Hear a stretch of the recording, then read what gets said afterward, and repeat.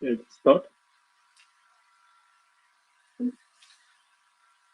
வணக்கம் அன்பு தமிழ் நெஞ்சங்களே. On behalf of Puratchikkavi Bharatidasan Tamil Mandram, I warmly welcome each and every one of you to this special International Mother Language Day celebration. Today we gather not just as individuals, but as representatives of our mother tongues. Our first identity, our emotional compass, and the foundation of our culture. Let me begin the celebration with a powerful words from Bharatidasan. He is a revolutionary poet who decided his life to the language, identity, and the social upliftment. He told, தமிழுக்கும் அமுதென்று பெயர், அந்த தமிழ் என்ப தமிழ் எங்கள் உயிருக்கு நேர். Which means the language is not merely a system of words, but it's a life force, a nectar that nourishes the soul of every human being. So language is the first gift we receive from our mother. Through it, we experience love, knowledge, emotions, memory, and everything. For the Tamil community and people across the globe, our mother tongue is not just a communication, it is a heritage, it is a history, and it is an identity to us. International Mother Language Day reminds us of profound truth. When a language thrives, culture thrives. When a culture thrives, the humanity thrives. Today even brings together 4 eminent scholars and leaders who have contributed significantly to linguistics, culture, technology, heritage, preservation, and community upliftment. Let's now begin with the scholarly journey. So it is my privilege to officially welcome all of our distinguished speakers, esteemed guests, and participants from across the globe. Thank you for being here to celebrate the beauty, diversity, and power of mother tongues. Our first distinguished speaker is Professor Garapati Maheshwar Rao from Hyderabad, India.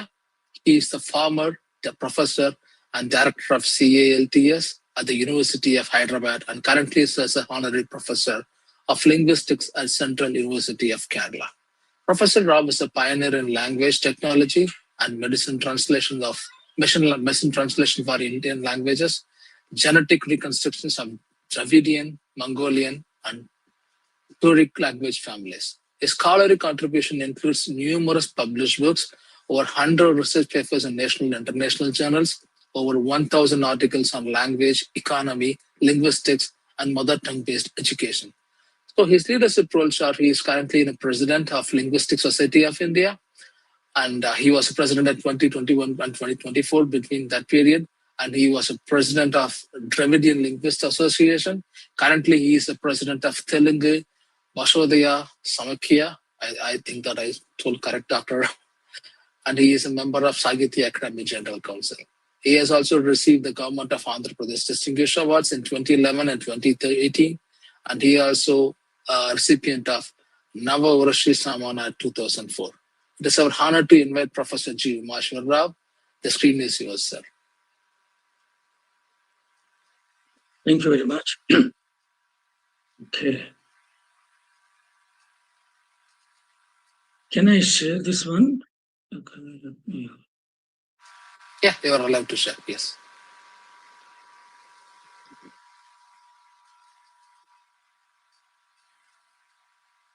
There is a sharp green color button at the bottom. Yeah. Recording in progress.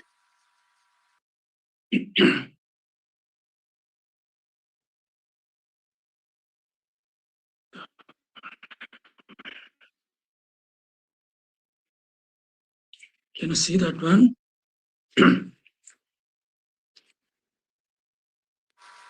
It's loading. Right. Now it's visible. Yep. Okay. We can see it, yeah. Okay. Puratchikkavi Bharatidasan Tamil Mandram organizers, particularly Dr. Dharai Kannan and other fellows who are there here, Dr. Bhupender Kumar, Swarnam Shankar, Prashant Pandian, and Tenmolippan, and others. Vanakkam, Namaskaram, and Sat Sri Akal. Thanks to everyone. This is, of course, organized on the occasion of the celebration of Mother Language Day. which happened to be on 21st, but of course, for the facility of celebration, we have selected on 24th of this day. Thank you. Thanks for inviting me for this audience. And I would like to present a very short one, particularly on mother tongue as a medium of instruction for social and economic development. And I just go through quickly on some of the points, but I'll spend more time on why we do need today more emphasis on mother tongue as a medium of instruction. So I give certain statistical figures across the world, and then I will let you let me convince you on this. So first, the language and society. Of course, I don't have to give introduction as already my preceding speaker who has introduced Prashant Pandyan has told everything about that kind of thing. So I'll skip some of these things because I want to save some time towards this. But see, yardsticks of democracy. These include right to live with dignity, and right to freedom, and right to express our opinions, right to privacy, and right to education and employment. But these are not the only ones, but right to speak in our language. Every native speaker must be allowed to speak and express in his own language is the primary thing, and also a litmus test for the democracy, right? If you are functioning in a democracy, that means you are using your mother tongue in all walks of life. If we miss that one, that means our democracy is not functioning in a proper way. The next one, the necessity of education in the mother tongue. Just as right to live is innate, just as the right to live is innate, and education in one's ancestral mother tongue is essential for a dignified life. I'll skip all these things. Let us talk about certain facts and figures of the 2011 census in India. Our population was 125 crores, that is 1.247 billion people, according to the 2011 census, because we don't have a census conducted after this year. All those other figures, what we get are actually only those projected figures. The literacy rate was 74%. That was very low according to the world literacy figures. Primary education was only 52%. Secondary education was 37%. Graduation, 6.7%. That means India had only 6.7% graduates in 2011, and non-formal education was only 3.6%. So actually, we stood at very low literacy rates. That means those people who go to voting do not have actually sufficient amount of knowledge obtained through newspapers and other media, international media and other things. So we just go by again our let's say cultural leaders and etc. We listen to them. We are driven by their aspirations, and then we vote, and we get kind of people that we are ruled by them today. Another one, economic activities and languages in India and states. Based on 2011 data, we have 82.73% of our GDP, gross domestic product, is obtained through various economic activities, is conducted in the mother tongues. Get this one very clearly. Our GDP, maximum amount of our GDP, that is 82.73%, is obtained through working through mother tongues, and only 17.26 are through working in English. Okay, get this data. Can you see these figures? Can you see this table? Yes. Is it clear? Yes, we can see it, yeah. Okay. So there are economic activities. The first column shows economic activities: agriculture, fisheries, forestry, hunting. The second is manufacture and repair. Third is actually construction and other things. And fourth is mining and quells, restaurants. And sixth is the transportation, storage, and communication. Next to wholesale and retail trade, and electricity, gas, and water supports. Next, ninth is public administration and defense. That means people working in these areas. And 10th is actually finances and other activities, right? Economic activities, etc. So the second column represents GDP obtained by the sector-wise, okay? So many lakhs of crores. And the third column is actually GDP, percentage GDP in sector-wise, and percentage of graduate workforce who worked in this, percentage of graduate and their contribution in the fifth, and percentage of non-graduate workforce contribution, of third and sixth, non-graduate workforce contribution, and the eighth column is percentage of literates, and percentage of illiterates in the ninth column, and percentage of graduate workforce by illiterates. And 11th column is actually percentage of other than the graduate workforce contribution, combining 7th and the 10th. So what we get towards the end is actually this one.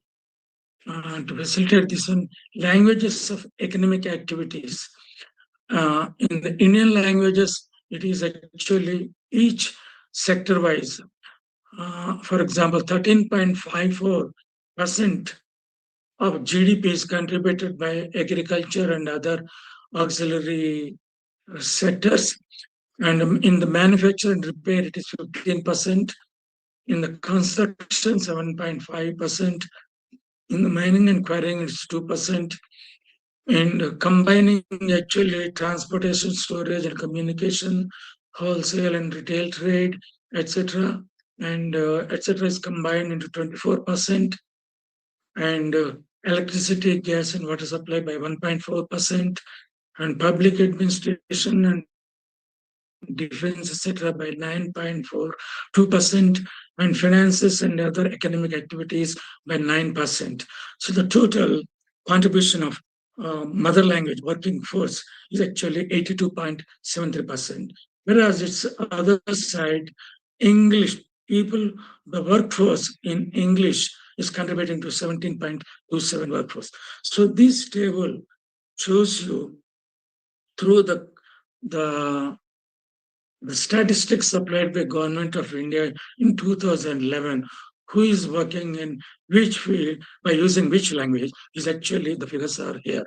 So majority of the gross national product, the gross domestic product is obtained through working in Indian languages, that is 82.73%, and through working in English, it is only 17.27. So very clear that in India, maximum amount of gross domestic product is obtained through working in Indian languages or working through using Indian languages.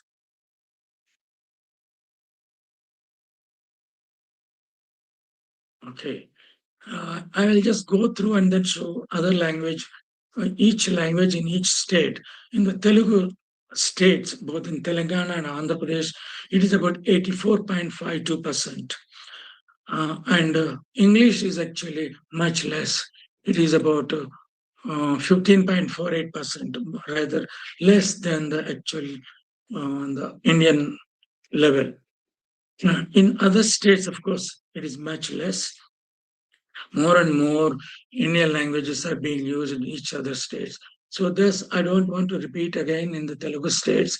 This table clearly tells you who is working in what language in the Telugu states.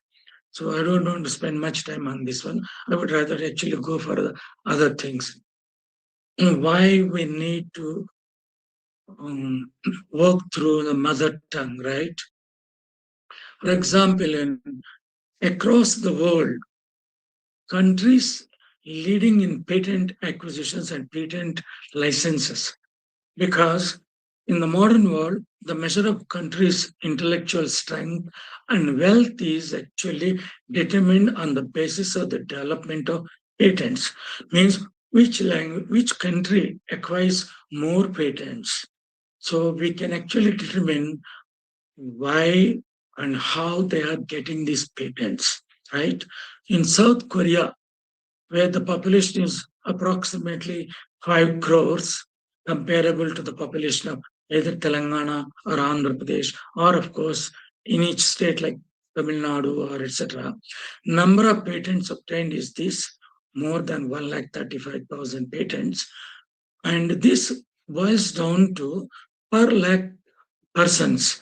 For each lakh of persons, 262 patents are obtained in South Korea, right? And in Japan, for each lakh of population, 161 patents are obtained in Japan. And in USA, where English is the major language, it is only 97 patents are obtained for each 1 lakh of persons in US. Whereas in South Korea, it is 262. In Japan, it is 161. And in China, for each 1 lakh of persons, 57 patents are obtained. In Israel, per 1 lakh of population, 56 patents are obtained. In Canada, 46 patents. In Germany, 31. In France, 18. In Russia, 16. In UK, where English is the mother language there, it is only 15 patents. In India, it is 2 patents. Why? Because our higher education is only done through English as the major medium of instruction. So we are stuck with using English as the major medium of instruction in the higher education or in tertiary education. That clearly shows that whichever the country which uses mother tongue as the medium of instruction, as in South Korea, in Japan, USA, China, Israel, Canada, Germany, France, Russia, UK, wherever in these countries, their mother tongue is the medium of tertiary education or higher education. So these countries are actually contributing in a larger way in the development of intellectual growth.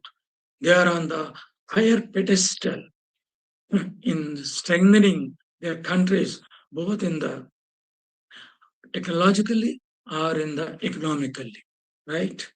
So that in India, because we do in higher education English as the medium of instruction, we are performing very badly. So this is the kind of picture that gives us to tell us that we should actually study through medium of instruction in our native languages. And of course, what is Professor, happening, quick time check, because Professor. when we actually, Sorry to bother you. yeah, so use of higher education in English, it actually only helping winning of our human relations, declining literacy rates. That's why our literacy rate was actually stuck at 74%. And diminishing employment and livelihood opportunities. We don't create any livelihood opportunities in India. We look for English educational countries like America, Canada, Australia, etc., etc. And global ranking and unemployment rate.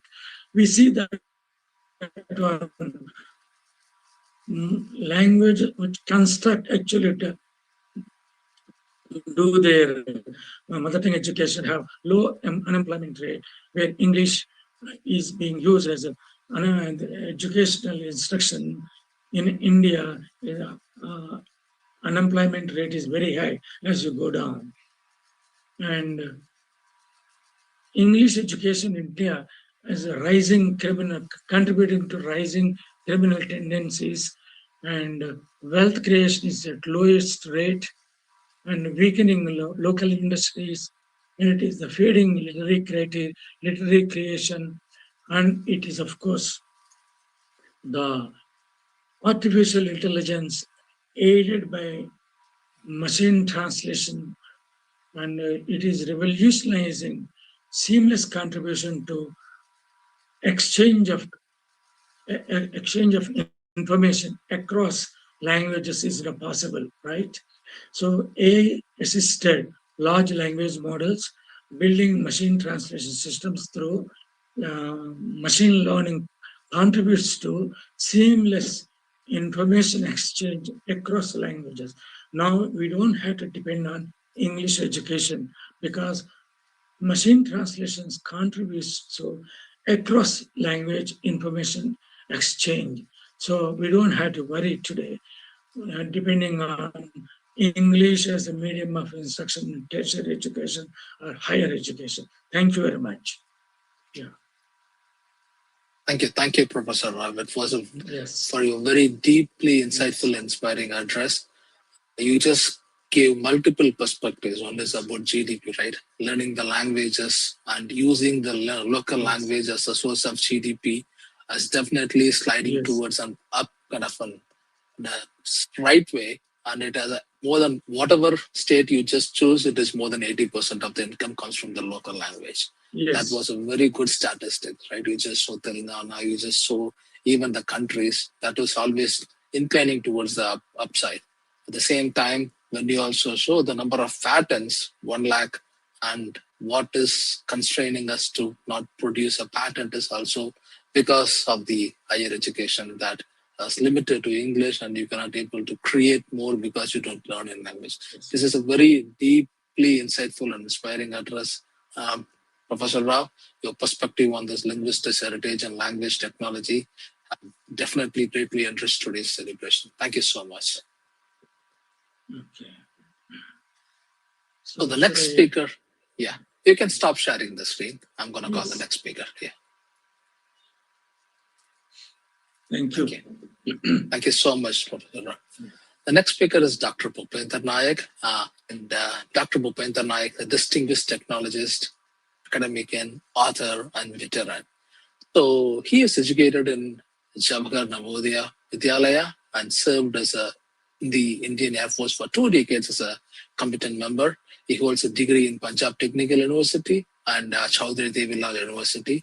He is a qualified UGC, NET and Raj set in computer science. He has a PhD in IT from NIH Shillong. So he served as associate professor at CSC at Purnima University, Jaipur, and now works as a gazetted officer in the Department of IT and Communication, Government of Rajasthan. His literary contributions include translation of 2 major Rajasthani works into English, and he published a poem and numerous research papers in cybersecurity. We are honored to welcome Dr. Bhupender Nayak, sir. Sir, the screen is yours now. Thank you so much for the kind introduction, sir. And good morning, Vanakkam, and Sat Sri Akal to each and everyone who is present on this international panel discussion on the occasion of International Mother Day that is being organized from United States. So today, basically, I will be sharing my thoughts in support of Rajasthani language, basically on 3 points: the historical significance of Rajasthan, its cultural depth, and its the need for greater recognition. Although my heart and my perspectives are rooted in Rajasthani, but I will be delivering my remarks in English. This is simply so that I can ensure that our diverse international audience can fully understand and engage with this discussion.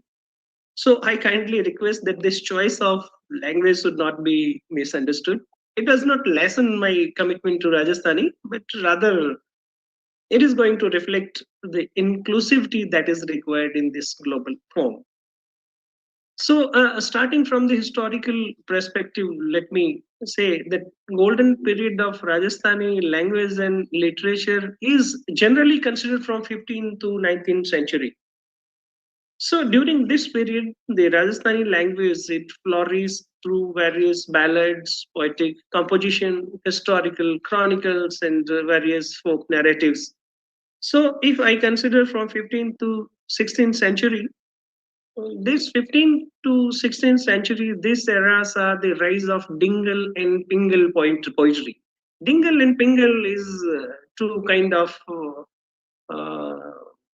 poetic versions in Rajasthani language that appeared in 15th to 16th century. So these poetry were composed by various chants, bhards.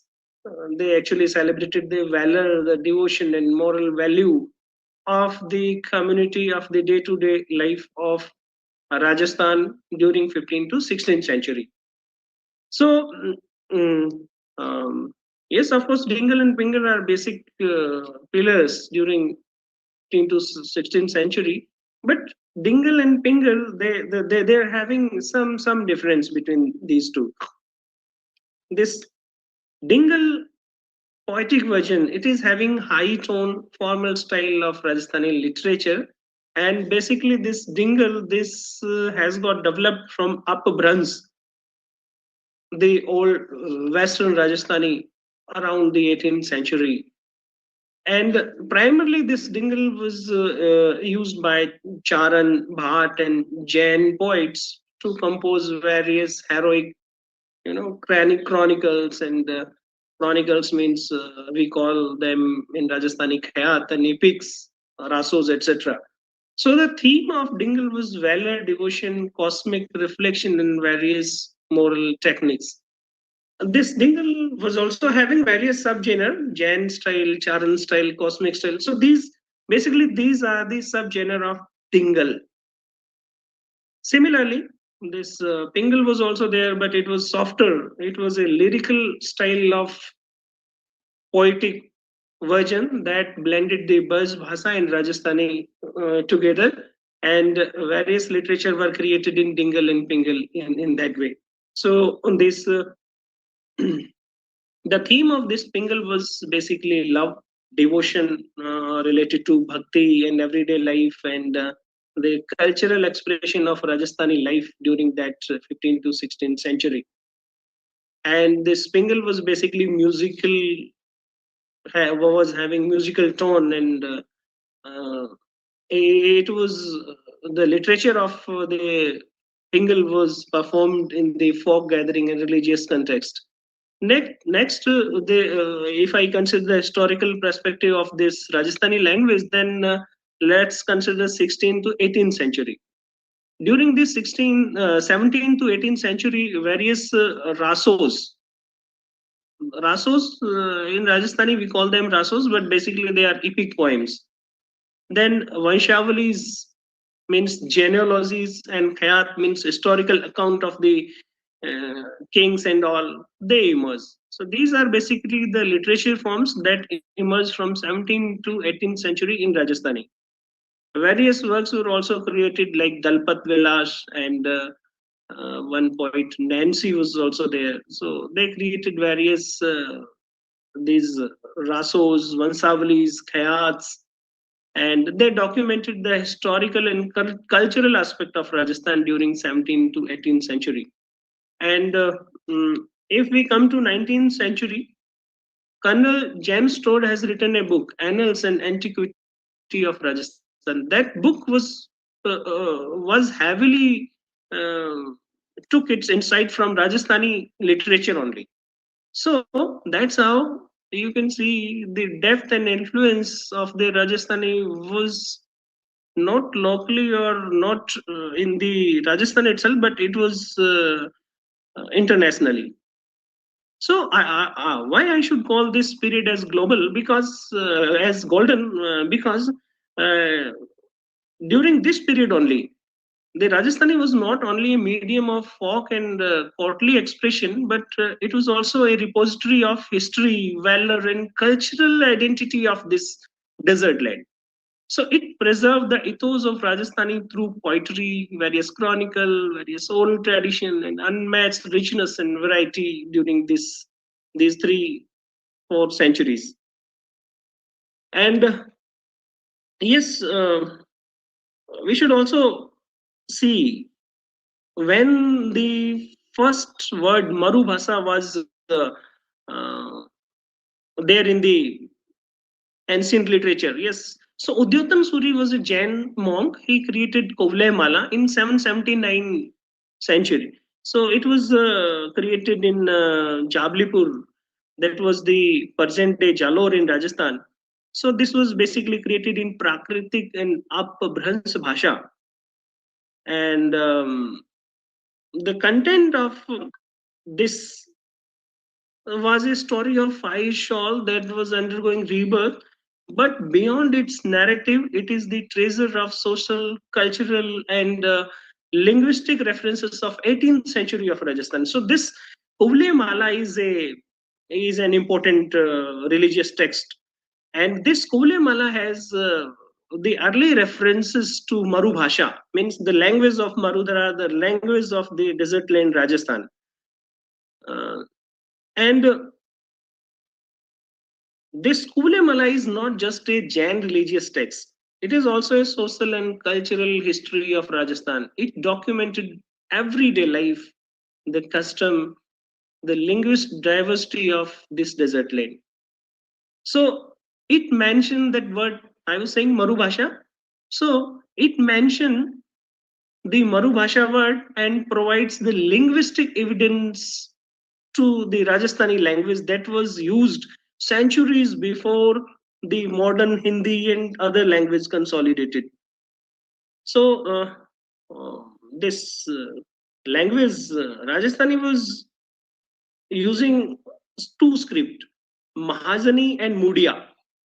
So this Mahajani was basically a commercial script. We said that this is a banker script, and then this Mudia was also a variant of local adaptation of Mahajani. So why I had to discuss this Mudia and Mahajani, because they have prominent role in Rajasthani literature. Many early manuscripts of Hindi, Punjabi, Gujarati, and Marathi in their Adikal or maybe Madhyakal period, they were originally written in these scripts. And this modern Devanagari, Gujarati, and Punjabi script, they evolved from that Mudia script. So that is the interconnection between the script and the cultural heritage of Rajasthan. And now I want to discuss about one Shabdakos that was compiled by Sitaram Lalas, and it is a kind of encyclopedia of Rajasthani or dictionary of Rajasthani.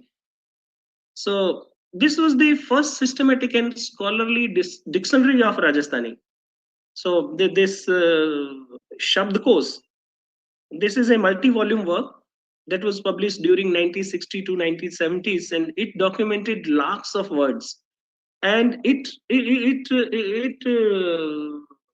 covered the words from various local dialects also, maybe Marwari, Mewari, Shekhawati, Bagadi, Dundhadi, and other Rajasthani dialects. These dialects are being spoken in Pan Rajasthan. So this Shabdakos, the Rajasthani dictionary, is very, very important. It is having various idioms and proverbs. It's not just a vocabulary, and this is having a historical significance because it provides linguistic evidence that the Rajasthani was a distinct language and not merely a dialect of Hindi. Rajasthani is a separate language, it's not merely a dialect of Hindi. So this Shabdkosh, or we say this dictionary, this was created by Sitaram Lalas, and for this he has got Padam Shri Award also. And it is very important because it is going to give us the linguistic heritage of Rajasthan. It is strengthening the case for official recognition of Rajasthan, and for various scholar and translator and cultural advocates, it is going to be a reference tool. Now I want to spend some time why the Rajasthani language has to be given the constitutional recognition in India. And then I'm going to finish. I'll spend 2-3 minutes more on this. And Rajasthani was the official language of Malwa, Umarkot. Umarkot is now in Pakistan. before India's independence. So thousands of handwritten manuscripts in Rajasthani are still preserved in various research institutions, and they are awaiting publication. The early and medieval period of Hindi, Punjabi, let it be Gujarati, Marathi, and these literature originally written in Rajasthan. As I said, Mudia script was used for these literature, and from this script, the national script Devanagari has also evolved, and modern Gujarati and Punjabi script they have also evolved from Mudia. So yes, we have that historical perspective of Rajasthani, and Rajasthani is very rich in poetic forms and various meters. This Rajasthani is having as many as 120 variation of poetic meter. So no any other language in the world does have that. It is also used as a medium of teaching and research in Rajasthan Board of Secondary Education, in our various colleges, universities, and it is also recognized by UGC. And UGC is also conducting the UGC NET exam in this. Rajasthan SET exam is also being conducted in Rajasthani. So yes, other fact and factual figures have already been discussed by Professor Rao. He said that because if we think something in our mother language and then we use it in our day-to-day life, yes, economic reform and economic holding will be there with the user of that particular mother language. And if I talk about Rajasthani, so this Rajasthani various programs are also being broadcast by All India Radio, Doordarshan, newspapers, magazine, television channels. So various films are also being made in the Rajasthani, and so this Rajasthani has become a tool, a powerful tool of cultural expression. And recent years, there is a city in Rajasthan, Suratgarh. The world's only Rajasthani Ramlila has been staged there continuously from so many years in that particular city. And if I talk about the international status of Rajasthan, yes, Rajasthani has been acknowledged as one of the world 30 richest languages by the Library of Congress USA. So this Library of Congress USA, it has preserved 75 minutes recording version of Padam Shri Kanhayalal Sethia. So the University of Chicago also offer Rajasthani as a subject in the Department of South Asian Languages. And if I talk about Pakistan, yes, they have Rajasthani grammar being taught to their student. And the name of that particular grammar is Rajasthani Kaido. So we have various organizations, those are struggling for the constitutional recognition of this language.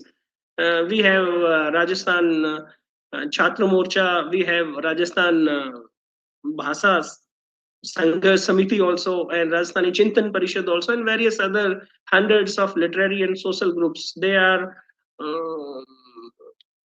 engaging in the various dialogues with the government and all, and they demand that constitutional recognition for Rajasthani as a scheduled language should be given.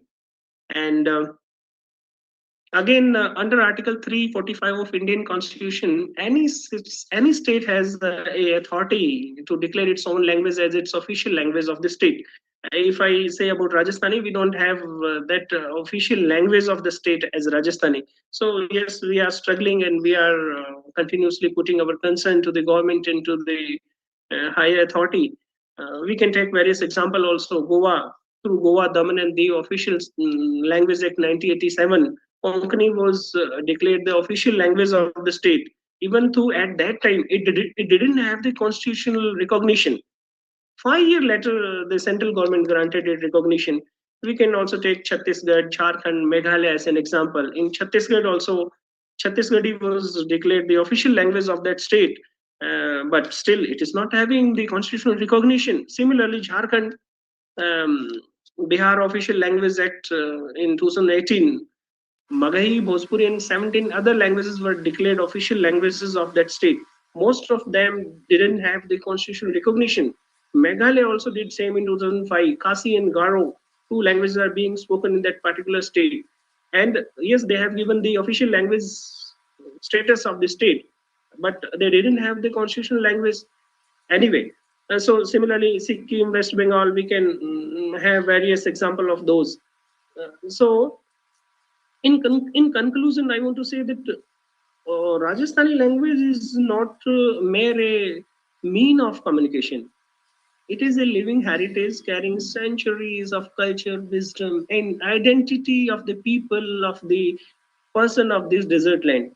So by today speaking in English, I am sure that our international audience can fully connect with this message. And yet my heart remains deeply committed to Rajasthani, and I believe that every effort to preserve and promote it will contribute to the larger cause of safeguarding the linguistic diversity worldwide. So let's remember that honoring one mother tongue is not only about words, it is about preserving the soul of humanity. So finally, summing up, मैं राजस्थानी में एक I want to speak something in Rajasthani. Rajasthani राख्या रैसी राजस्थान अपनी भाषा अपनो सम्मान. It means if we preserve Rajasthani and support its users, we are ensuring the eternity to the Rajasthan, eternity to our mother tongue, and eternity to our valor and courage. Thank you so much. And with these words, I sum up and I welcome the question if there is any. Thank you, Dr. Nayak. This is a very inspiring and a deeply meaningful speech. Thank you for just highlighting that Rajasthani is our language. Specifically, it was not just a modern language; it has a roots as old as 8th century, right? And you speak about the golden period of 18th century, all these things, where the multiple dialects were important discovery articles. And rightly, you pointed out the challenge what you are facing, that you are struggling for the language, for the constitutional rights, and you have I believe there is some kind of an organizations and something committee is happening on right now recently to just make this constitutional, Rajasthan as a constitutional. So keep up that kind of work, and I believe that definitely in near future that will happen, and everyone has the rights to keep their own mother tongue as a state language. Thank you, Dr. It's a state assembly in 2003. They have passed a resolution and they have sent it to the central government also. But since so many 23 years have passed, and still that resolution is pending with the central government. That is not getting passed. So yes, but this language is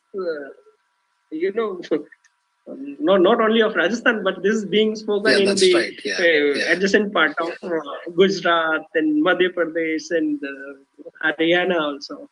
Anyway, thank you so much for. Thank you. The next speaker I'm going to invite is Professor Sikandar Singh. Professor Singh is an associate professor in Department of Punjabi, and he is a dean at the Faculty of Languages at Sri Guru Granth Sahib World University, Fateh Sahib at Punjab. So his areas of research are history of Punjabi language, Sri Guru Granth Sahib studies, and his academic contributions include 4 books, 20 book chapters, 35 research papers, both in national and international, 50 plus conference presentations, and 40 plus invited talks. He also serves as the president of South Asia Language and Cultural Center. We warmly welcome Professor Sikandar. Sir, the screen is yours. Thank you, Mr. Prof. We are here to celebrate International Mother Language Day. Good morning, all. Sat Sri Akal. I am discussing about challenges to Punjabi language in contemporary times, and further we will proceed to the opportunity for it. My speech mainly will focus on the references of East Punjab, and some are from the West Punjab of Pakistan. As we see, the first challenge is for Punjabi language. It is not patronized from any power, any state, any government. In both sides, in Pakistan and in India, it is challenged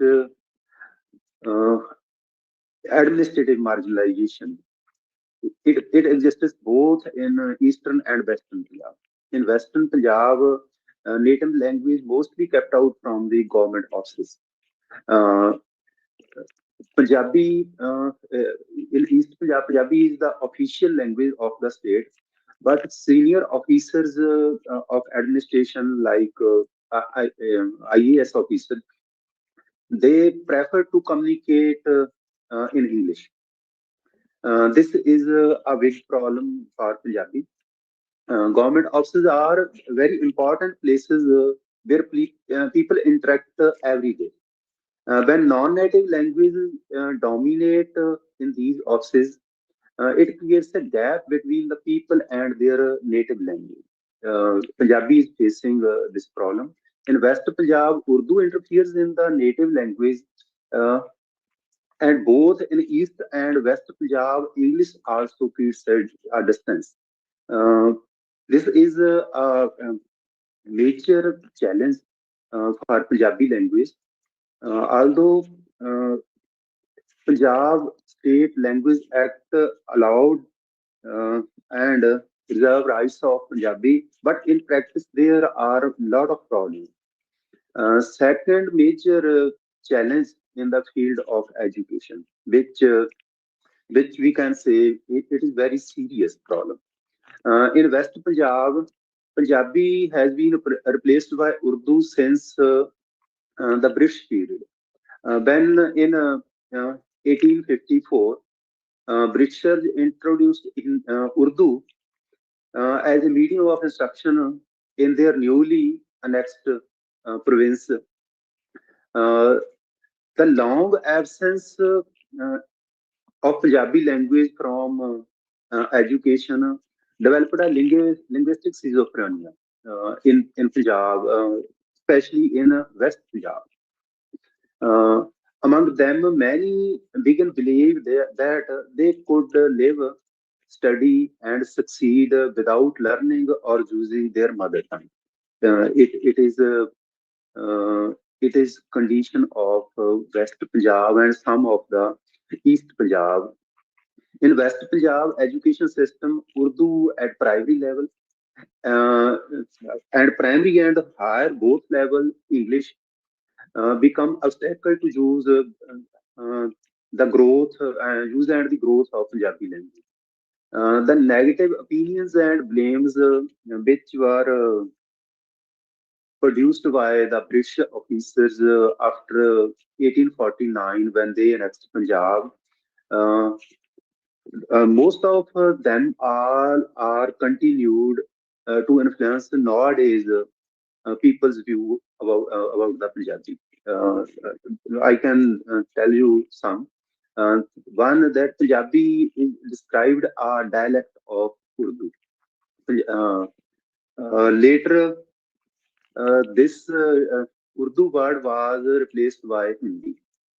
In Punjab, number of scholars, number of media persons uh, declared that Punjabi is not a language, it is a dialect. But in East Punjab, this is not a big problem, but in West Punjab, this is still a problem. It was claimed that there was no literature in Punjabi when the British introduced their education system. If we see the saga of East Punjab education system where I live, it is more ironical than West Punjab. Uh, we know India is a democracy where linguistic rights are reserved in constitution, and three language policy of education does exist. Yet the Punjabi is not healthy uh, in the state and continues to face challenges. Punjabi language in the state, the Punjab State Language Act and its amendments proposed Punjabi in all official purposes of the state.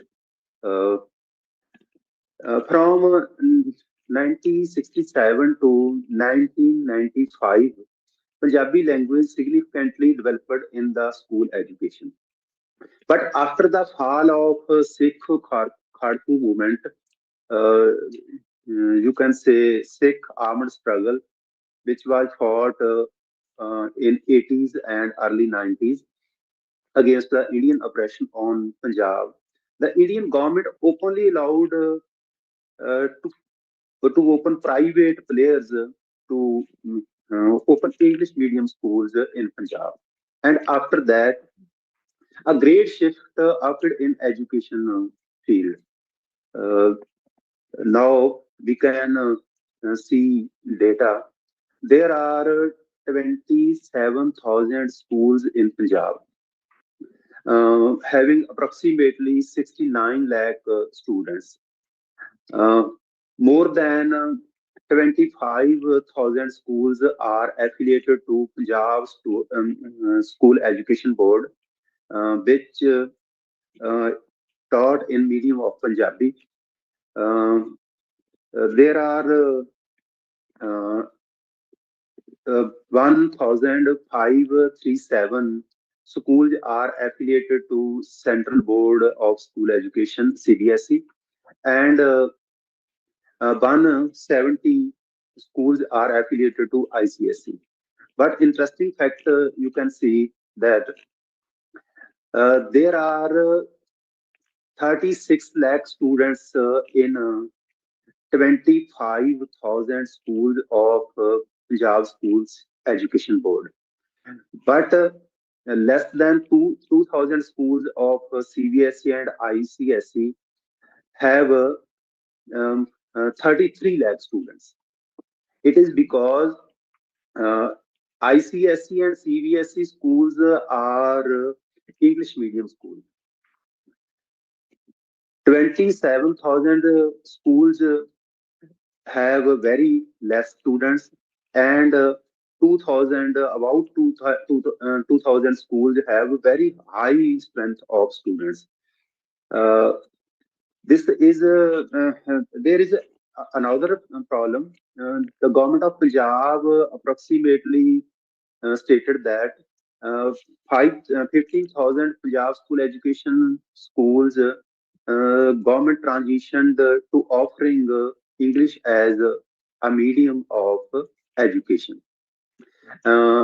And 118 schools of eminence and 233 schools of PM Shri schools that are government schools, but purely that are English medium schools. This is a problem ahead Punjab. If you can see the school system of Punjab, especially private schools, it is purely a business. Government schools are schools for welfare of people, but there are very low or less number of students where it is a business. Education is a business. The number of students are very high. This phenomena impacts non-profit institution also. Shromani Gurudwara Prabandhak Committee, that is a Sikh institution. People call it the Sikh Parliament.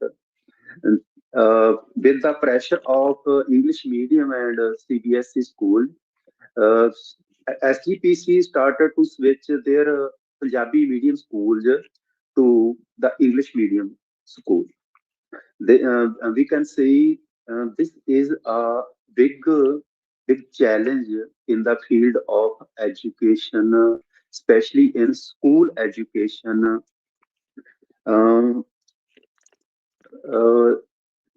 Schools of Punjabi medium that are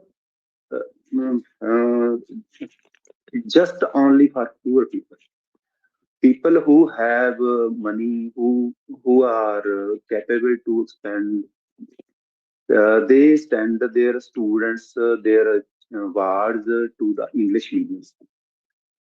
This is a big problem for Punjab. The next problem is that is the National Education Policy of 2020, which you all know outwardly show to the promotes the rights of regional and native language, but in practice it appears to undermine the remaining autonomy of non-Hindi Indian language. Punjabi is facing this problem.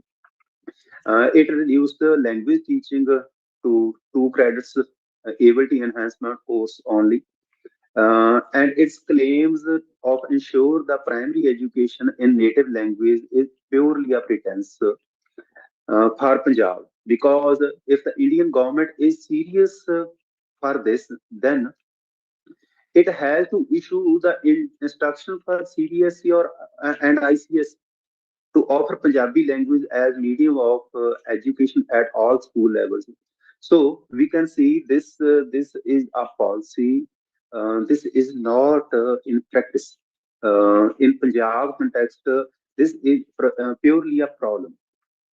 Frankly, it seems aimed at reviving Sanskrit and promoting Hindi in place of English. The most concerning part of Punjab is that Punjab government accepted and implemented the National Education Policy 2020. One major aspect that demands attention is the role of private universities in Punjab. There are more private universities than state universities in Punjab. Privatization of education was justified with the argument of autonomy. You all know that autonomy in education. But in reality, the autonomy has not been materialized for education or in education. The in curriculum and co-curricular system that are not autonomous. Autonomy in private universities is only in the areas of business and administration. In Punjab, there are very, very big private universities which has more than 50,000 students. But the medium as mother tongue medium nowhere exists. Rather, some in some universities, Punjabi is not taught as a subject. This is a big problem of privatization of education in Punjab. A significant number of state and especially private banks do not offer their ATM services in Punjabi language. Although people have requested it, their demands have largely ignored. Uh, uh, I tell you, in 2022, I filled my income tax return in English, but it was automatically translated or switched to the Hindi. I received the receipt in Hindi. We see the e-services and the government dominance on electronic media, electronic services. This is purely an interference of Hindi. Hindi is benefited at every level, where central government is government have any right. There have been several attempts when I was introduced and my name was seen by Mr. Drai. He called someone join in Hindi. My name is not written in Hindi. It is written in Gurmukhi script, which is older than Devanagari script of Hindi. And a lot of books, a great number of books in Punjabi are existed.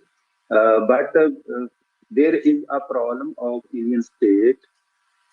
There have been several attempts by state to write Punjabi in Devanagari script. We see Rajasthani is nowadays writing in Devanagari script. Himachal and Haryanvi are written in Devanagari scripts. This chance creates a problem that these languages are dialects of Hindi. These attempts are made for the against the Punjabi. However, a strong opposition from Punjab, especially among Sikhs, has consistently prevented this. Some challenges are not of structure. Some challenges we facing. I'm working in academics. Some challenges we are facing of the opinions. Some false and wrong opinions are popular in Punjab. Like one, Hindi is a national language of India. In fact, India is not a nation. Neither it had any one national language throughout the history. But in Punjab academics, some A popular quick time books, check for you, sir. Okay, some popular books creates this problem. I'm briefing my issue.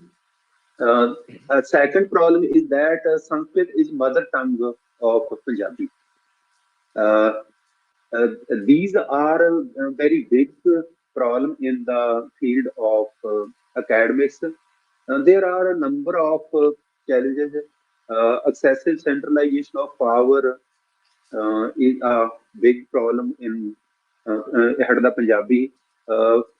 But we can see that there are some opportunities for Punjabi, like we see Rajasthani, Himachal Pradesh, and Rajasthan becoming are more aware their linguistic rights.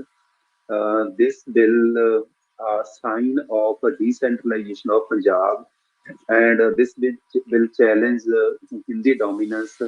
If Hindi dominance is challenged, as Professor Rao questioned the data of English, then Punjabi will develop on its path. I have some more issues, but I am finishing here. Thank you very much.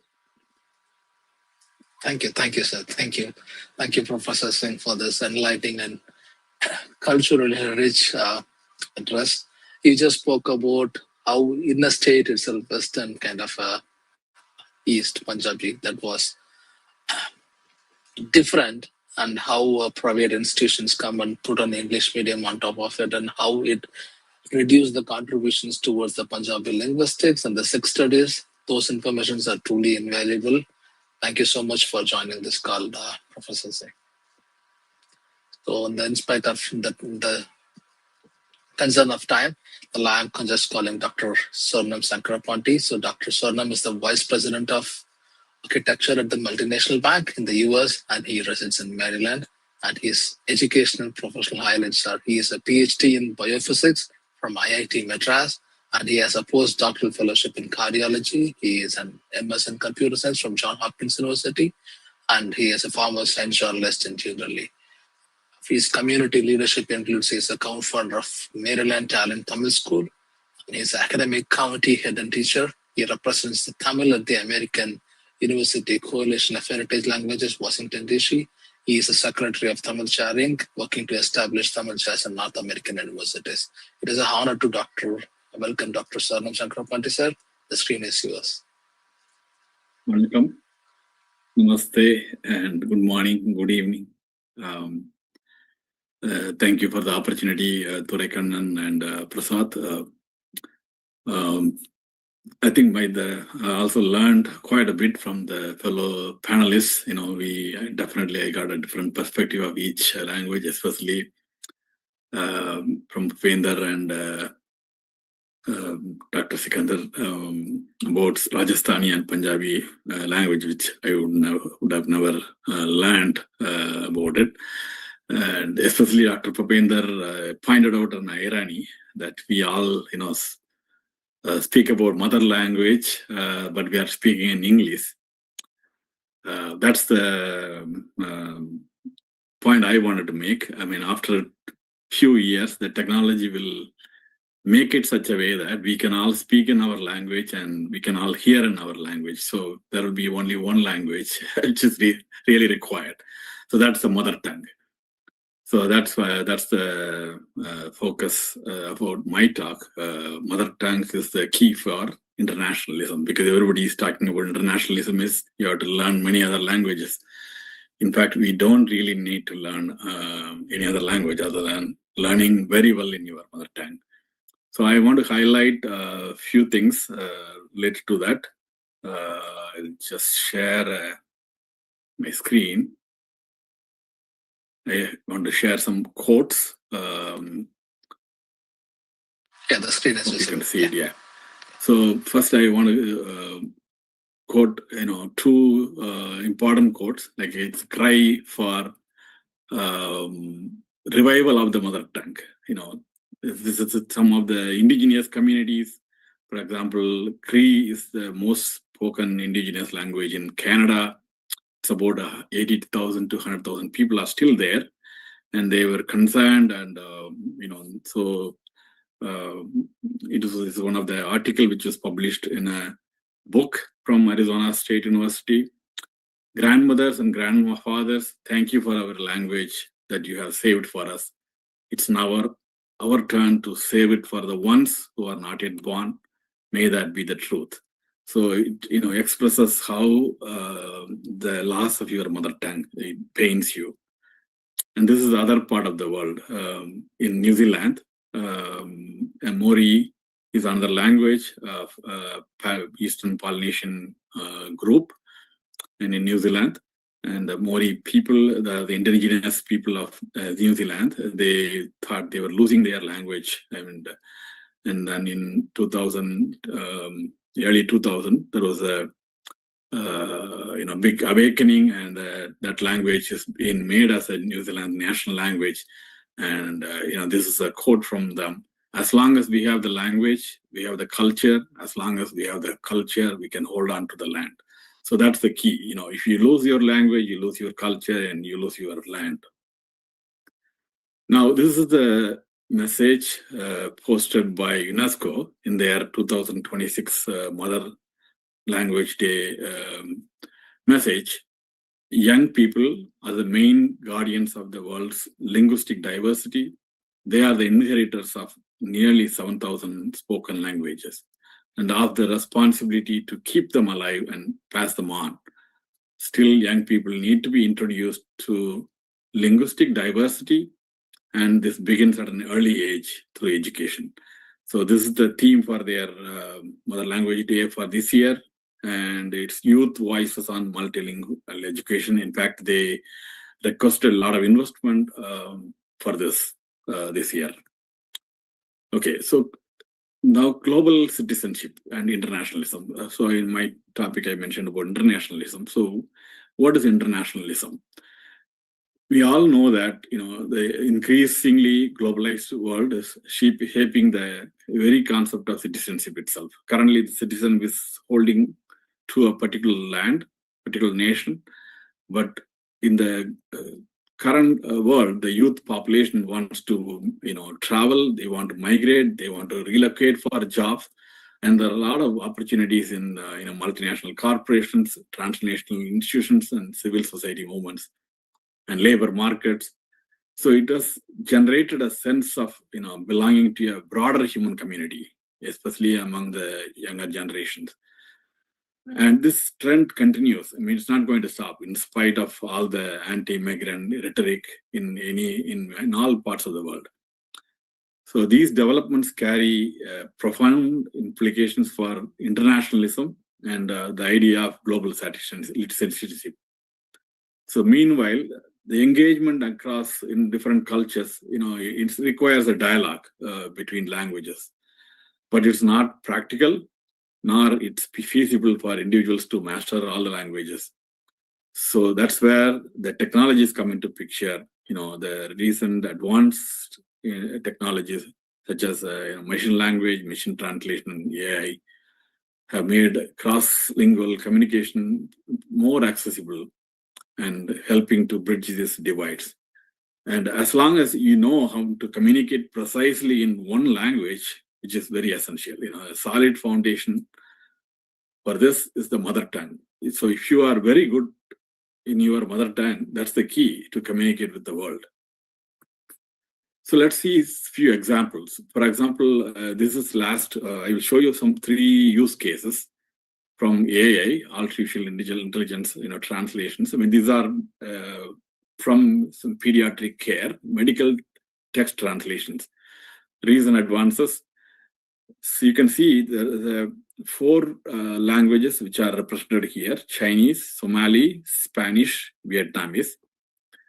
And if you look at the bars, the first bar is the translation quality by a professional translator, whereas the second bar is by AI. So the group A is for fluency, quality, and B is adequacy, and C is the meaning of translation, and fourth is the severity of errors. So if you look at the 4 groups, Spanish language is pretty much, there's not much difference between the AI translation and the human translation. The first one is the human and the second one is the AI. And you can see the adequacy as well as the meaning of translation and as well as the errors wise. Whereas the next is Chinese, and Chinese, all of us know, it's the most complex language. In spite of it, they are getting there. The differences somewhat decreasing, and you can see adequacy and as well as meaning and severity of errors wise, and it's expected the difference. Whereas the Somali and Vietnamese, you can see these are kind of underrepresented, or they got less resource. They don't have enough resource. So that's we will see in that the later slides. So this is published in the Journal of Medical Association last year in 2025. Sorry. Okay, so this is another thing. This is a legal text translations. So first one we saw the medical, the legal text translation. Here, the comparison is between English and then Arabic. So you can see that there are the first 3 data set is human translation, and then here is an artificial intelligence translation, and here is the mean value. And we can see that in English, out of the total, the 92.7 is the human translation quality, whereas artificial intelligence AI translation is 89.1, which is not bad, right? They are somewhat close. They reached that level. And then go to the Arabic, the same way, the 3 different Arabic text, and the comparison is 92.2, which is by human, whereas 88.2, which is not too bad. It's still 4% less, but the quality is improving day by day based on the technology, the evolution of the technology, the language model. Now, this is the third data, which is from commercial translation from a translation company. And they have taken 1,000 data points from 30 major languages, and this is how they represented. They used, these are the number of texts. You can see that this is the acceptance by the professional translator. Okay, this is good enough. So 83% of the translation is getting accepted. And you can see Spanish, French, German, Italian, somewhat higher. And you can see Indonesian is 83, Russian, Arabic is 79, which is still not bad compared to the translations. Now, this is my own, experience with Tamil. I mean, I don't have any, there's no study done scientifically by anybody similar to that. I wish they do something like this. I searched for it. I couldn't get it. At least Indian universities should undertake such, comparisons before going in creating a language models. So I personally used ChatGPT right from 2022. It came up for translations, small paragraphs to poems to some articles, English to Tamil as well as vice versa. And I have seen overall the quality of translations, it's getting better every month. And the quality of translation from English to Tamil is somewhat lower than Tamil to English. And I should say, if the source Tamil text is drafted very perfectly or precisely, it depends on how I write it, the quality of English translation is almost close to 100%. I don't even see any difference. So from these examples we reviewed, it is obvious that AI translation quality is generally higher when translating into English than into other languages. I think this is understandable because AI models are primarily trained on English-centric massive data sets, data asymmetry. And also English acts as the anchor or bridge of language, leading to a shortage of high-quality training data for low-resource languages. And the key factors, data scarcity, because digital divide, most of the data is available, almost the volume of data available for English is much, several orders higher than other languages, even compared to European languages. And also the contextual or cultural understanding, coming from English to our own mother tongue or native language, the cultural context is missing when you do it in English to other languages, whereas other languages to English is better. And also often English is used as a target or bridge because, either people want to translate from other languages to English, or any translations between two different languages happen through English. So obviously English is, getting every day a lot of data. And the last, also the vocabulary wise, English vocabulary is well known, well understood by all the language models, whereas other languages, they are still, the words are not still completely absorbed by the data models. And these are some reports. For example, Stanford report complains that AI is leaving non-English speakers behind. This came in last year. And similarly, this is another important report from Israel University. And here they clearly, say at the top of the list, the high resources language, Chinese, Arabic, and French. Of course, English is the first one. And you can also add English, German, Portuguese, Spanish, and Finnish. These languages have large and accessible collections of digital text and transcribed recorded speech. For other 700 languages, the resources are substantially low.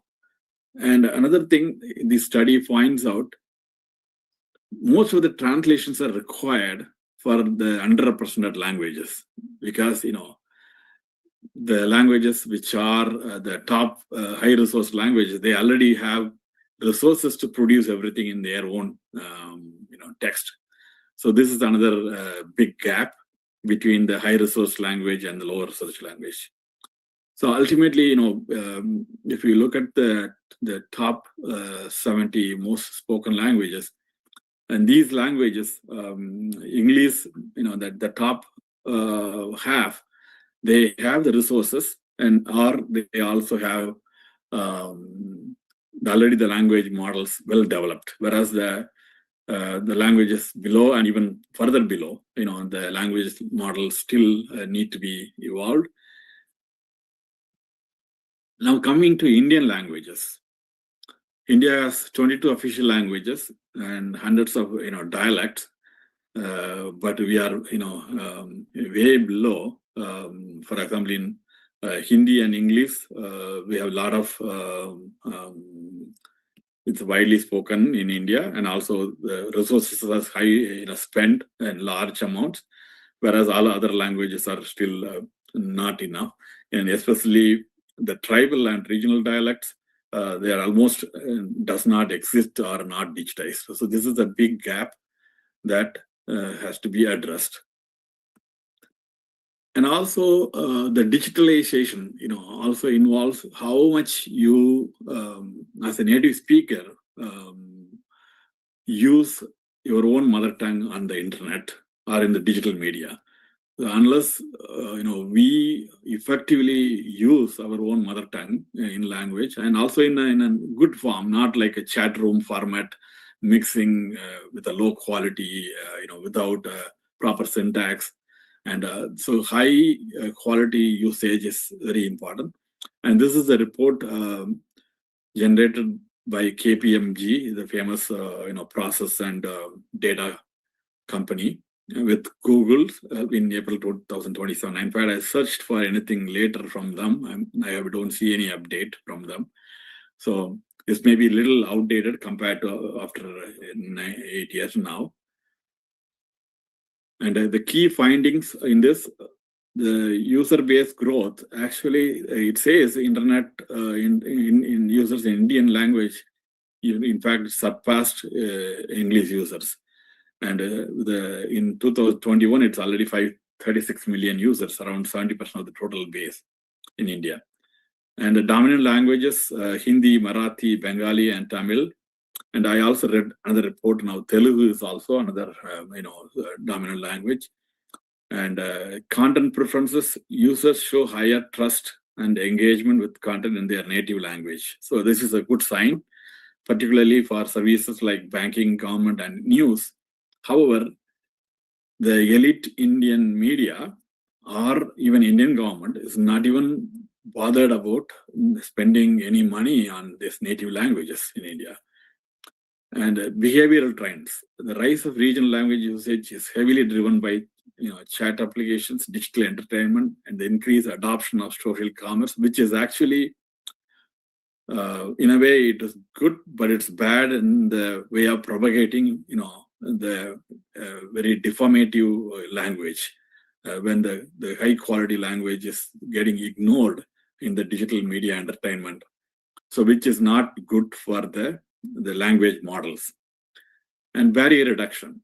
KPMG in India supported initiatives to develop AI-powered multi-language programs to bridge the digital divide, facilitating across to government services in over 220 languages. But I have no idea. When I have searched for it, I don't get any update on this. And digital segmentation. Users are often categorized into digital enthusiasts and digital mainstream who predominantly prefer native languages over English. So people actually like to, get everything done in their native language. Unfortunately, the focus of the government is not there yet. And this is just from the same report. Maybe this is also has to be updated. It's from 2017.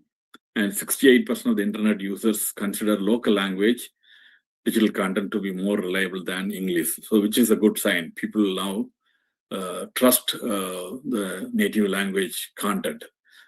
And currently, Tamil, 42% has the highest internet adoption levels, followed by Hindi, Kannada, and among Indian language users. I also saw another report. I said, like Telugu also is almost on par with other languages now.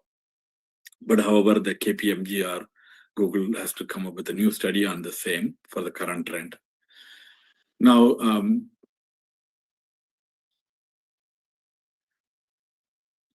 while this is happening, Indian government, we all know that they are pushing for 3-language formula. Why? In fact, there is no need for a third language, no need for a compulsory third language. Even people want to read or study any language, it's fine. And even we don't have to give so much priority for a second language also. Of course, 2-language formula is good. It helps the childhood development better. But the emphasis should be on the mother tongue, the primary language. And here are some details from UNESCO. A language is endangered. There are 3 states, endangered when people begin to use one language more than another, and men may encourage their children to pick the new language. Eventually, the community is using one language, not the other. And this is happening in India very widely. I mean, our panelist talked about the Rajasthani and Punjabi language, which we all have the same concern. And especially the many elite Indians living in the cities, they prefer to use English, I mean, even incorrect English. And then the second stage is language is called moribund. If no children are learning the language as their first language. And currently 6,000 languages are in this stage, according to the United Nations statistics. And third one is the language is dead if there are no living speakers of the language. And last year, we all knew on July 14, this was a big flash news in the US media, the Caddo Nation of Oklahoma announced the death of a Caddo language, which is an indigenous language, Native American language. And the last fluent speaker of the ancient language died when his name was Edwin Johnson in 95. So these are the 3 stages of the language endangerment. Now there are 9 criteria the UNESCO defined. So intergenerational language transmission. I mean, if it stops, this is one of the criteria. An absolute number of speakers decreasing, proportion of speakers within the total population, trends in existing language domains, area of use, response to new domains and media. So this is where the LLM, AI, machine language, they all come into picture. Materials for language education and literacy, government and institutional language attitudes and policies, including official status and use. This is where the Indian government attitude is completely, very retrogressive. And community members' attitudes towards their own language. This is the elite people, they want to educate their children only in English, ignoring the mother tongue. Amount and quality of documentation. This is also that I mentioned about how much good quality mother tongue you can write. So according to this criteria, 10 languages die out each year according by UNESCO statistic. Now, UNESCO also declared made some recommendations. In 2001, they made a universal declaration on cultural diversity, promoting education as the mother tongue to improve the quality of education. Of course, our Professor Maheshwar Rao, he already presented insufficient, proving evidence for this. Encouraging bilingual and multilingual education at all level schooling is a means of further social and gender equality, and as a key part of linguistics diverse societies.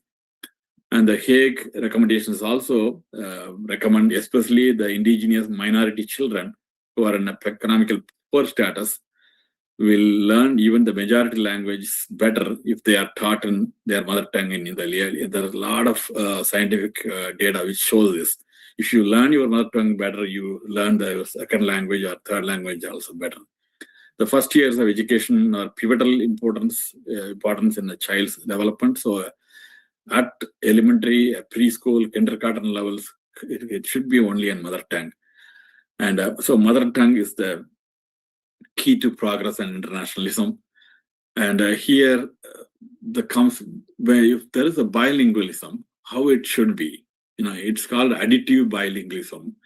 That is what it's internationalism. Additive bilingualism means, it's the child's mother language is not replaced, but added to. And that means the emphasis should be on the mother tongue. To implement a curriculum that has a truly international perspective, and Ethel Gallagher, she's a recognized authority in the field of ESL, international education in UK, and she recommends she is asking these following questions. What does it mean to us that our school is international? I mean, we often call international school in India, they are not actually international school. They kill the mother tongue, mother language, and they kill the mother culture also. How does that makes us different from other schools? In what ways our school need to change to reflect the cultural diversity of our student population. And how do we view language? Do we see it as a problem or as a resource? So when answering these questions, it becomes clear that multiculturalism needs to exist throughout the curriculum, and the curriculum needs to address racism at every grade level. So this is very important part of internationalism. A key factor is acceptance and respect for all languages, for all other languages and cultures. Now the final word. Preservation is what we do to berries in jam jars and salmon in cans. Books and recordings can preserve languages, but only people and communities can keep them alive. This is a famous quote by another indigenous language scholar from Alaska. That's it. Thank you for the opportunity. Thank you so much, Dr. Sanam, for your insightful and inspiring message. The way the first you saw the pivot chart, that itself was really inspiring. You took a lot of effort in just putting everything into a spreadsheet, which gives more meaningful information. The reason behind Somalia was lacking behind and Chinese is going up is probably because of also the language, and language leads to the economics and the commerce of the investment towards it. So when the economics plays into picture, kind of language is the foundation to bring out that economics. At the same time, when you compare this AI mission language, the periodics versus the actual test, I believe that domain-specific related language plays a major part, because when it goes to the medicinal-related terms, the average is kind of below 80, but when it goes to the regular, normal legal speech, it always inclines towards more than 80, 85. The reason is probably when we say sugar in terms of medical, that may relate to diabetics, but in the normal day, sugar is different. I believe that understanding the domain-specific related terminologies may lead to that decline and decline differences, I believe. Yeah, so that probably in near future, I think it will incline. And at the same time, I also kind of tend to see that all the chat boxes are probably a Twitter or Facebook.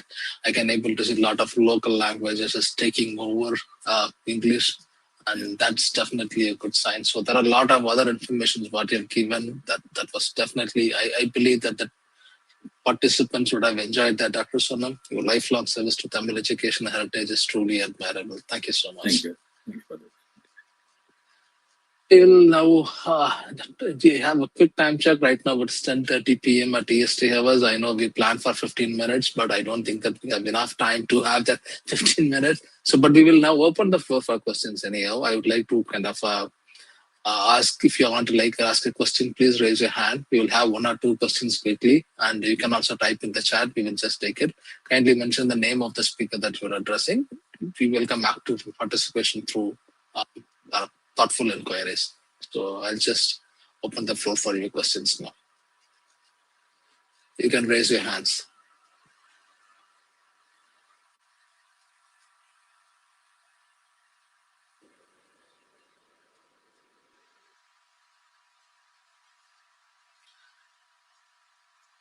I have a hand, Mr. Turekanan. You can go with your questions. Yeah. Thank you, Prasad. First of all, thanks to all these speakers. We had a very insightful research panel discussion today. They went with a lot of data. They put a lot of effort, and I really appreciate this. This one was organized in a very short span of time. And thanks to all these speakers, come up with a lot of insightful information. And also at this moment, I would like to thank Dr. Johar. He joined this call. He was the one really assisted me getting all these speakers from India. So thanks to him as well. One thing it surprised me was with the Dr. Bhupender thing when he talked about Rajasthani. I heard him talking a lot of positive things, and I thought even though the Rajasthani is not a state official language, I did not see anything anything due to Hindi imperialism on Rajasthani. I get a lot of things from Punjabi and other things, but I'm wondering. So, question to him is, how much the Hindi imperialism affects the Rajasthani language today? How much? That is the question to Dr. Bhupender Singh. And also the question to Sankar. Probably Sankar, you can note the you can note the question. Yeah. For the diaspora, right, based on the nationalization of the language, do we see a time where we can learn our kids or grandkids will learn all the subject in their own mother tongue in America and other diaspora countries, based on what is going on today with the world and technology, due to those things? Those are the questions to people.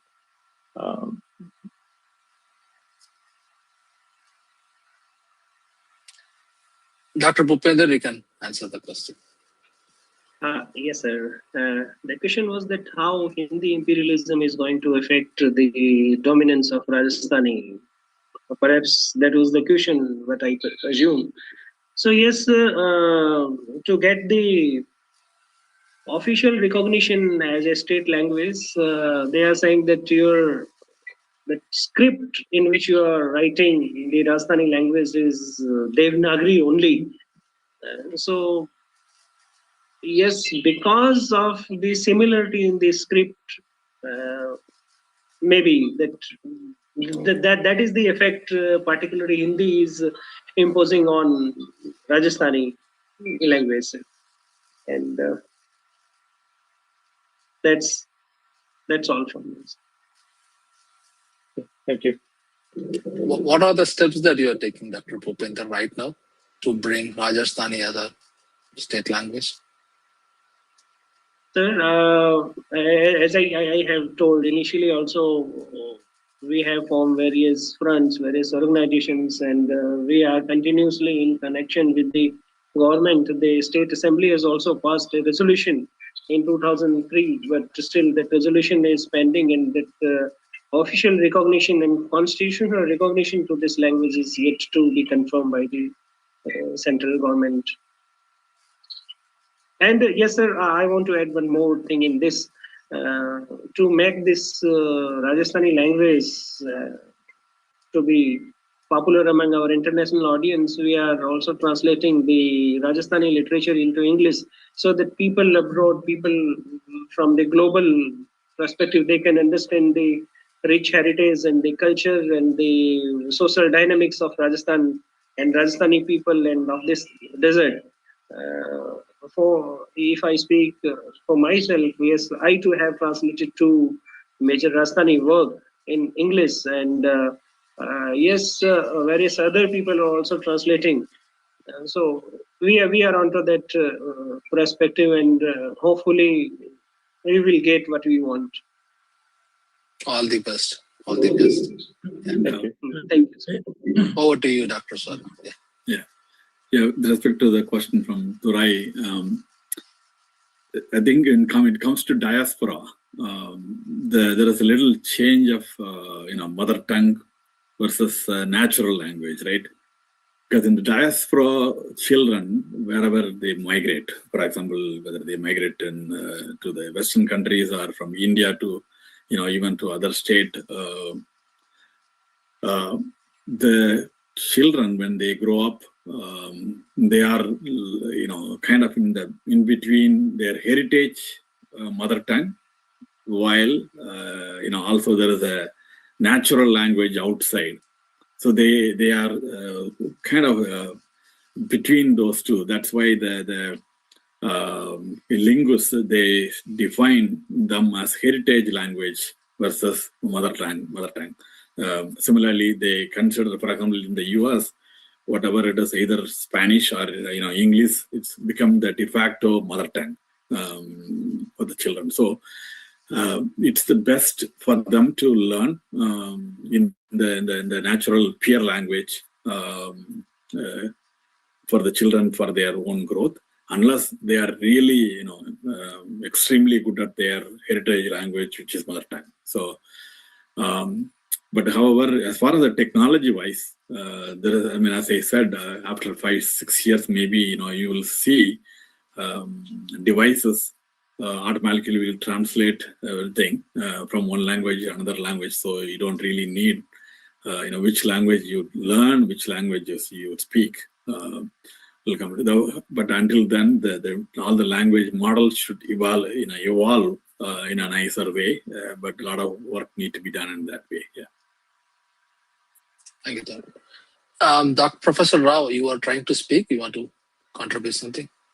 No, with the advent of AI-based large language models trained by machine learning systems, enable seamless transfer of information. So what do we do? What do we need in this context is huge amounts of our language texts, mother tongue digitalized texts should be made available on the internet. Yeah. If they are freely available, large number of people are there to involve actually machine learning techniques and then develop large language models assisted by AI systems. And of course, language translation by machines across languages will be available to everyone. Why our systems do not perform today? Professor Swarnam Shankar has shown it. There is about 70 to 85% reliability or about 90%. But you want to achieve the top levels like 99, 98, then we really require actually huge amounts of digital texts of our mother tongues on the internet. Once they are available, of course, we don't have to depend on learning languages, right? Because, you can't learn many languages. One or two is very good to the level of our native language status. So only one thing is today, we need digital texts on the internet. Everywhere, all the traditional texts, modern texts, and any kind of text that we need to communicate on the internet, and they should be available. Thank you. Thank you. And there is one more question. Quickly, my question is more of not on the really technology, and more of the policy side of the government. For example, right? Only in the Indian Parliament, you can speak in any language, instantly translate other languages for Indian Parliament, but that kind of facility is even not available all the state assemblies. So my question is more of, the United USA or other countries, will they made that as a policy? Okay, the language going forward in the future when the technology is improving so much, right? Will they allow the kids to learn their native language? Will that facility be available in the coming years, right? Probably after 10 years, 20 years. So that's more of related to the government policy, whether you had any kind of article you read it or any such possibility in the future. That's more of can I say a few words, please? Yeah. Yes, sir. Hello, good day to everybody. This is about large language models and AI.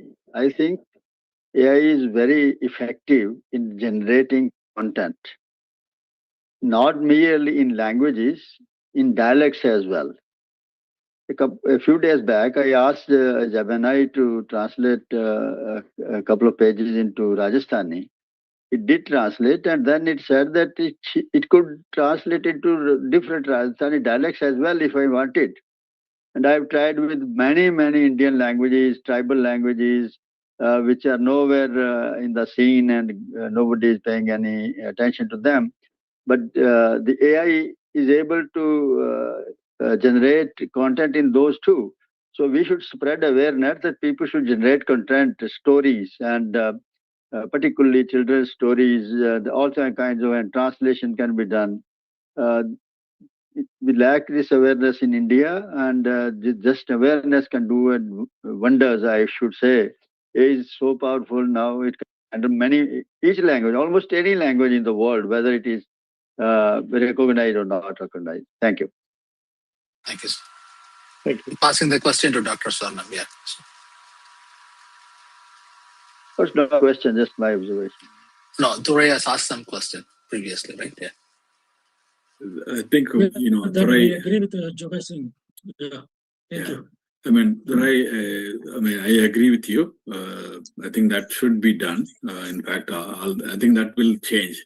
Again, the question is, it's evolution of politics also, right?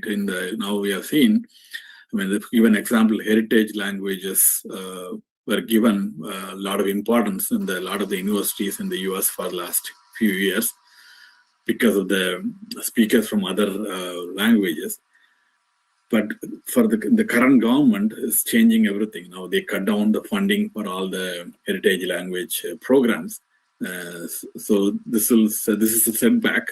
But again, it's a political decision, right? It will change.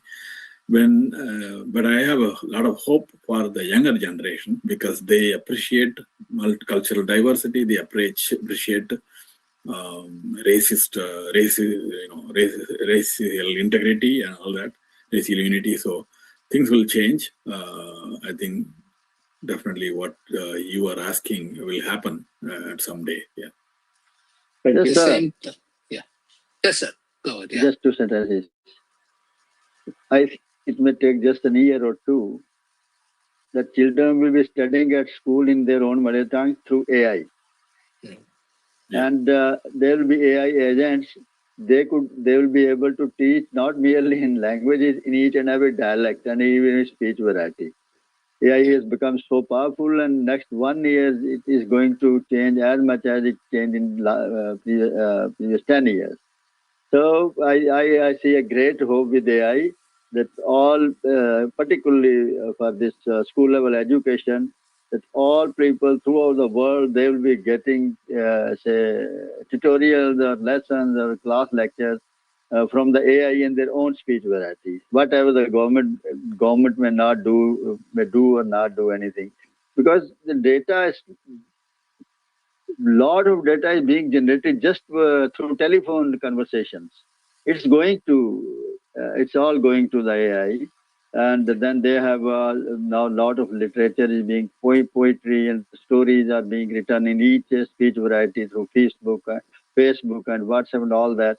That is adding to data, and I think within 1 year or so, children will be getting all their teaching work sitting at home in their own speech variety. Thank you. Thank you. So to answer, I also have a comment for the right. So for me, I live in Edison, New Jersey, right? So the school is communicating to me only through Tamil. So yeah. So if there is any communication related to school, leave, opening, closing, or my kids' grade, everything is only through Tamil. So they are not doing anything in English. They are doing it in English. Probably AI is taking over now.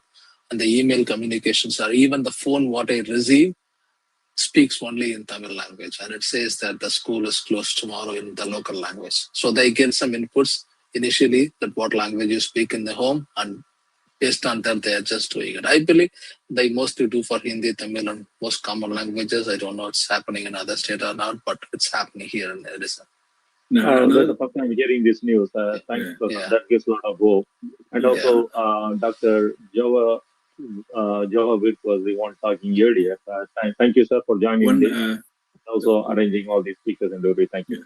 Yeah, one quick thing I wanted to say, even that we should demand the businesses. For example, now that the technology is available, for example, our telephone company or our any business, we should demand them to transact with us in our own language. It should be possible for them to do it. They don't have to have people for that. They can use AI technology to respond to our queries in our own language, right? The problem is, we don't demand. So we should demand for this. As a customer, we have every right to demand in our own language. Then it will change. Thank you. Thank you.